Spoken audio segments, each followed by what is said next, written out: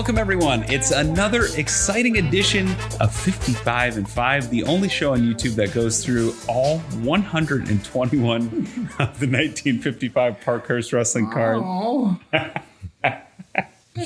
Cary, we had a nice one yesterday. A guy that probably should have a little bit more acclaim. A guy that wrestled literally everybody, Strangler Lewis, all the way through Strangler Lewis, Jim Londos to Killer Kowalski, Yvonne Robert.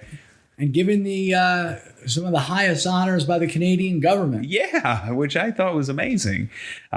Today, we have a man that's been honored via Hollywood, had a number of bit parts, appeared quite a bit on Canadian comedy television, including one of my favorite shows, SCTV. Okay. So you may know him as a bit player from some movies. Just before we show Cary who this is, 55 and 5, 5-minute history lesson on wrestling. We give Cary and I 5 minutes to talk about the wrestler depicted on the card. If we take the 5 minutes, great. If not, we give you some time back.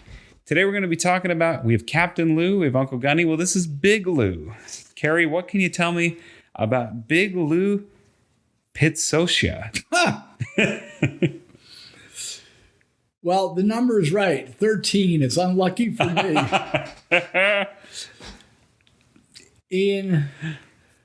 Do we need to go to the safety net on this one? Well, yeah. I was hoping it was going to be Hombre Montana or one of these more notable wrestlers that have made their way into Hollywood, but Lou Pitoscia? Pitoscia, I think, yeah. Help me out, please. Yeah, so I think part of the problem is he only wrestled from 1951 to 1956. So Steve McGill's our current leader in terms of year-and-a-half career. I don't think anybody's gonna break that. But he only wrestled for 5 years, according to what I could find. And he was a lower card guy. Like Steve McGill, he didn't win much. I mean, he was drawn in the opening match at the Maple Leaf Gardens quite a bit. He wrestled one match that's documented at Madison Square Garden, just one. He wrestled twice at Maple Leaf Gardens, but primarily in NWA Upstate, primarily in big time in the western part of Canada. But he became a fixture on Canadian television as a bit part guy and in a bunch of movies. So, lay him on me, please. Yeah. Are you familiar with the Wayne and Schuster Comedy Hour? No. Okay, that was a popular television show in Canada. It got repackaged and repurposed over the years quite a bit. There's various different versions of Wayne and Schuster comedy. He was on it, and he featured prominently in it, at least as a bit part guy that would show up almost every episode, as far as I could tell. He was a uncredited extra on SCTV a number of times. Now, what years are we talking about? 1981. Interesting. So SCTV, for those that don't know, was a Canadian equivalent of Saturday Night Live. Featured Rick Moranis, John Candy. I'm blanking on her name. She was on Schitt's Creek. She was the mom in Home Alone. But a number of people. Dave Thomas was on SCTV also.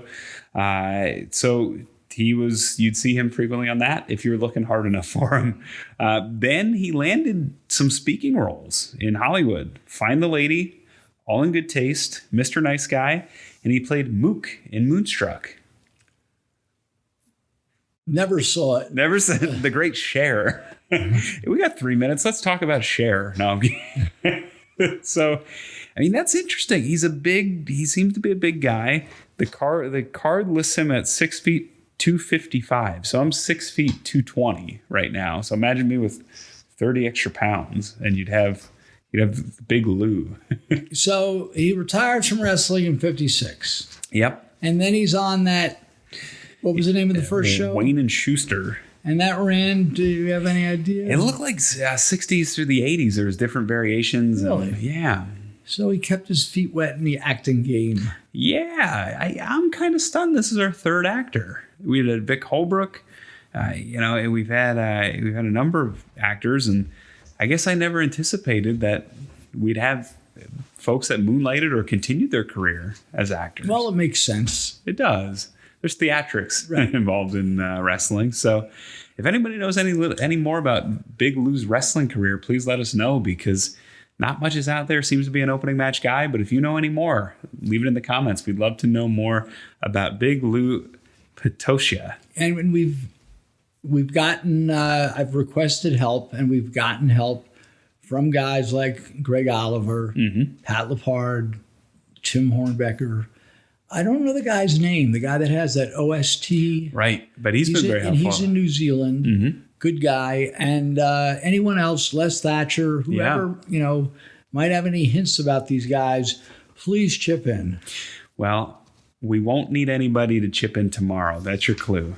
That's your clue for tomorrow, Cary. We got a good one that I think most of the viewers, especially viewers that are seeking this out and watch on a regular basis, would know.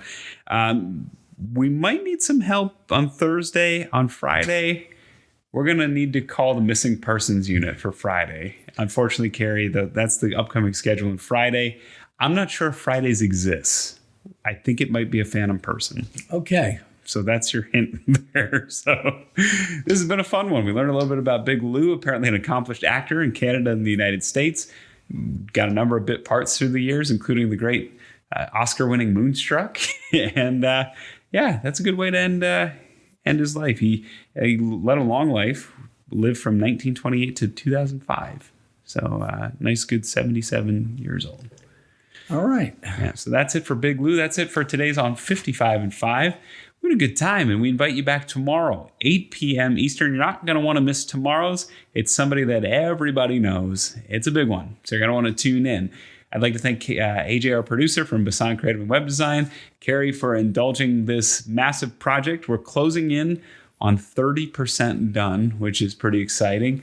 And I'm Ian Riccaboni as we march along to 121 of 1955 cards. Thanks for watching, everybody.